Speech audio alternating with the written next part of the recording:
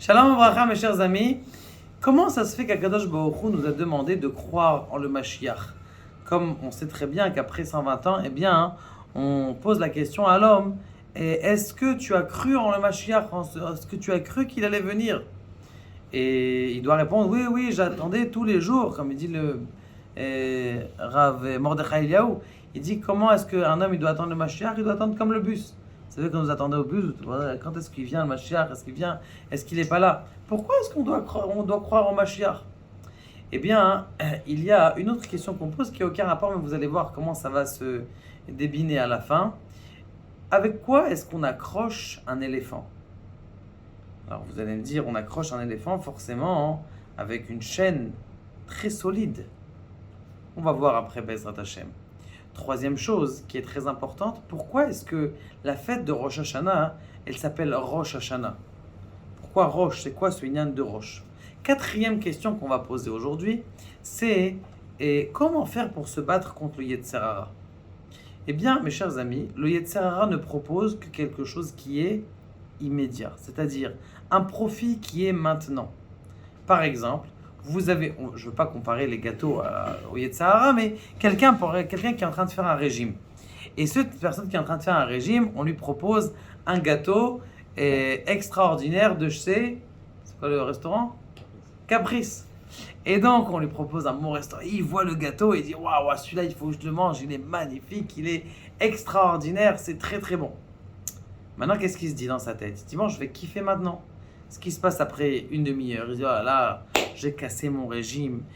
Maintenant, comment est-ce qu'il doit faire pour se battre contre ce gâteau-là? Il est en train de dire comme ça. Il doit dire, moi, je ne suis pas en train de regarder maintenant. Moi, je suis en train de regarder ma ligne. Je suis en train de regarder dans le futur. Et ça, c'est bidiouk ce qui a marqué à l'intérieur de la tfila. C'est marqué, Binyan Olam, Bimhera Beyamenu. Là, un juif, un homme, il ne doit pas regarder le moment présent. Parce que le moment présent, c'est du Yetzer Hara. Il doit regarder le futur. Par exemple, c'est quoi la différence entre une femme permise et une femme interdite? La femme permise, c'est que c'est ta femme.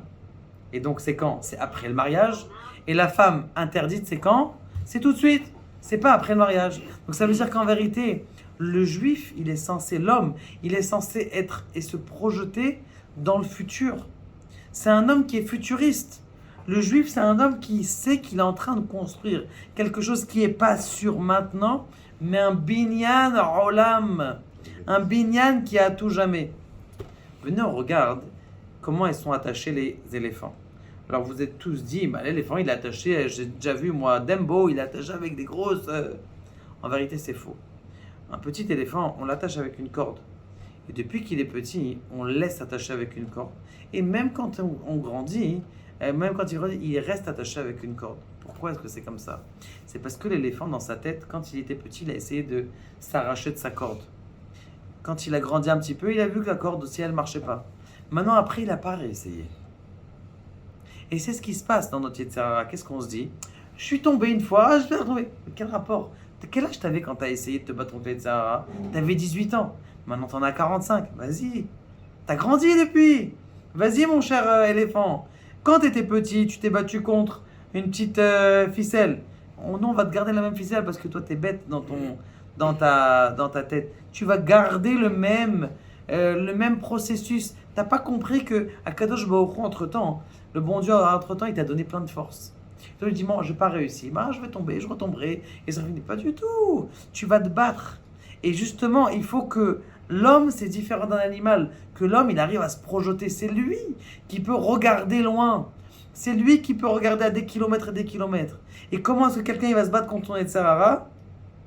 C'est quand il regarde à des kilomètres. C'est pour ça que Dieu, il nous a dit, tu dois croire en le Mashiach. Ça veut dire, tu dois te projeter. Peut-être tu ne vas même pas le voir. On va mériter, nous on va le voir. Mais il y a des rabbanim. Le Chafetz Chaim, il avait entendu une fois, il venait de faire passer le train. Vous savez, le train, il fait tout comme ça. Il dit, ça y est, il a pris son costume. Il est sorti, il est où le Mashiach? Il dit, non, on est désolé, c'est le train qui est passé. Il y a un nouveau train qui est passé. Il pensait que c'était le Mashiach. Il a pas vu le Mashiach.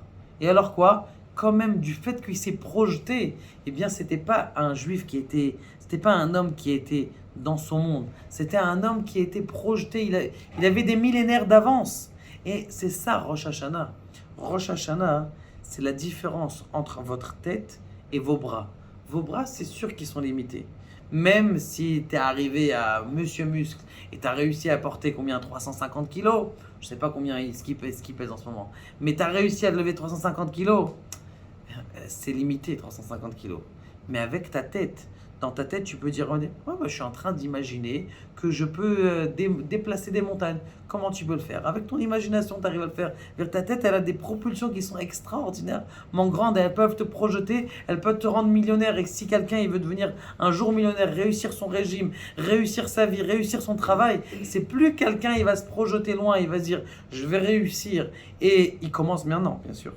Et il se projette loin et plus Be'ezrat Hashem, et il réussira et son Rosh Hashanah et son année et son Mashiach qui va venir très prochainement. Baruch Adonai, Amen.